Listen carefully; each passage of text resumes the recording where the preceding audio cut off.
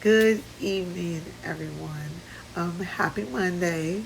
I will be bringing you all the classic song of the day later on. I know I'm behind, but I had a really goofy weekend. I'm kind of clumsy, so I ended up spraining my ankle, injuring my knee terribly while falling on my back. So I had to take care of all of that and make sure that I'm okay, I'm healthy, and nothing happened. Um, as I'm going to be wearing a brace and having to use a cane just for a little while, Paquito, right? And my son, of course, he said, Mom, it's time for you to start working out. So we're going to have to get you a Planet Fitness membership. So I will be doing that as well. Anyway, the reason I'm talking to you all today is because it's not about anything that I normally talk about, but something's been heavily on my mind since last week. Actually, it's been for like a few years now. I saw two articles on the internet. One was about a child named Dakota Collins, who was 10 when he was murdered. Um, and then the other was about Zara Scruggs, who was 10 months old when she was murdered. Both of these children were murdered by their fathers, and both in very horrific ways. Both of these children were traumatically raped and beaten by their dads. The father of Dakota Collins at the time of Dakota's death would have been about 30, 29, somewhere thereabout. And the father of Zara was 29 too. Also, now these things are bringing something into my mind about how we as society overlook, or not even overlook, but turn a blind eye to the horrors within our communities, within our own families and our friend connections. How many people knew that these people were monsters? If there was a monster in your family, would you tell on them? Would you tell if one of your family members was abusing their children, murdering people, raping people, robbing people, committing atrocities? The truth is, many would not. Because so many subscribe to the "that's not my business" or "I'm going to mind the business that pays me" philosophy until you allow society to be in danger. So many of us know about those family members that are pedophiles. But instead of putting the devil is due, as my dad would say, we tell children, oh, don't go around that person. Better yet, why isn't that person locked up? Don't sit on so-and-so's lap. He likes little girls. Why isn't so-and-so locked up? Why have y'all reported him, turned him in? Why is he out walking the streets? Because it's just not your family members that he's targeting. It's children in the neighborhood. It's children in the community. It's children in society. We do damage to so many children by turning a blind eye, to become selectively deaf and blind to the atrocities that we know people close to us are committing. How can I speak on this? Because I don't play that.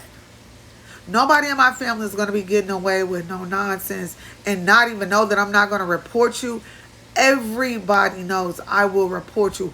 I have no qualms about it. I told a young lady one time, take better care of my grandchildren, or I'm calling defects on you. You know what she told me? Miss April, you're dirty. I said, when it comes to my grandchildren, I'm filthy. Children are innocent. They deserve our protection. People who are damaging them are adults. They know what they're doing. Why are you covering for them? Why are you hiding them? society, whether your family member is out here murdering people, grown-ups, that person needs to be reported. Why are you covering for them? They're a danger to you as well. You don't think so? You think they won't do anything to you because you're related to them? Please. There are so many tribes. I was watching a documentary on tribes where everyone within the tribe is accountable to everyone in the tribe.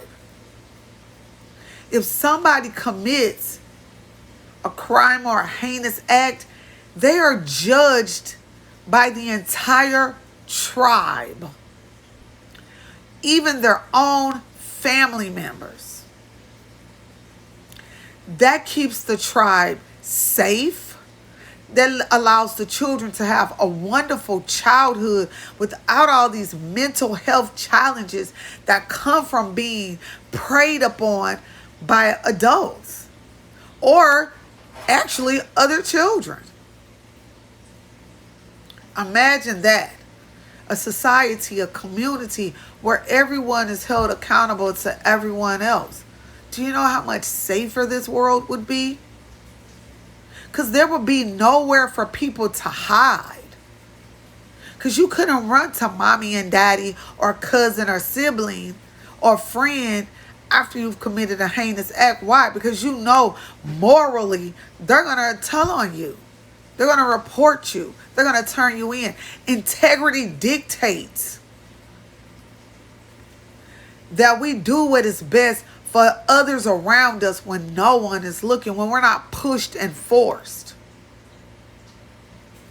If you only want to tell when the police get on your head, then you still don't have integrity.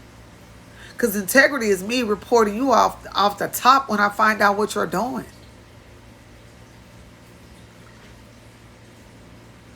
So much hurt and pain is caused by people not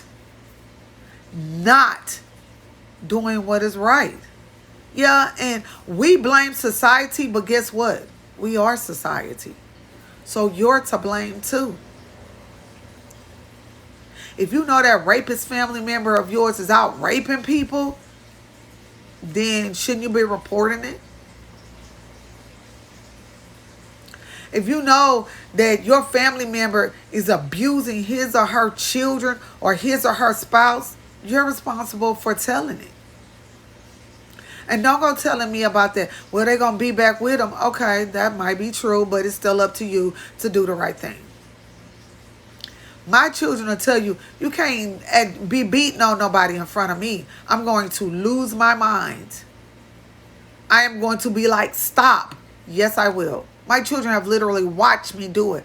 I can't stand by and watch that kind of stuff. Something inside me won't allow me to.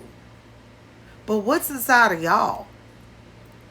You're living in your little nice pristine homes that are so well manicured yards and your loving ideal families. Well, guess what? Murderers, rapists, child rapists, pedophiles come out of these beautiful pristine families. Yeah, they do.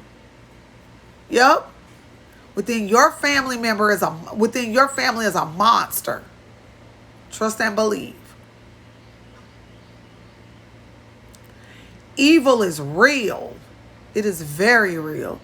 And then let's get back to this one. Stop blaming mental health on a lot of these evil things. Raping babies, it's not a mental health issue. That's an evil issue. That don't have nothing to do with no mental health. Because then no voices tell nobody to traumatically rape their son over a 4-year course, drowning him, then bringing him back to life, sticking him in an attic naked, beating him. That's not no mental health issue. That's an evil issue. Mental health doesn't tell you to take your baby girl, 10 months old, rape her and beat her. It's not a mental health issue. That's an evil issue. So what are we going to do about it? Are we going to continuously close our blinds, shut our doors, and we only speak of these unpleasant things when it's put in the news. No, you all are accountable. And now you know, so you're responsible. The God that you serve says once you know, you're responsible for what you do with that knowledge. It is your responsibility, your duty to society and to the world to report your disgusting family members and friends. You all know people who are out here killing folks. You know this. But as long as it doesn't happen to me, but guess what? It will happen to you. And you're going to be asking for help. I am so very disgusted and disappointed in society today. And not just today, just period. We need to really check ourselves on who we are as people. Because really, the most inhumane people are humans. We're supposed to be better than animals. Nah, animals are better than us. I'd rather be around dogs and cats than around some of you humans. You all are more dangerous than them. I had to speak on it, and I said what I said, like it or not. You all in your pristine living and your, I don't want to touch unpleasantness living. Unpleasantness is in your family. We all have monsters in our families. Do you recognize them? Of course you do. You just don't want to. You don't want to acknowledge it. And I'm calling you out. Have a good week. Bye. But let's not forget, let's raise children who do not have to recover from their childhoods. Pam Leo.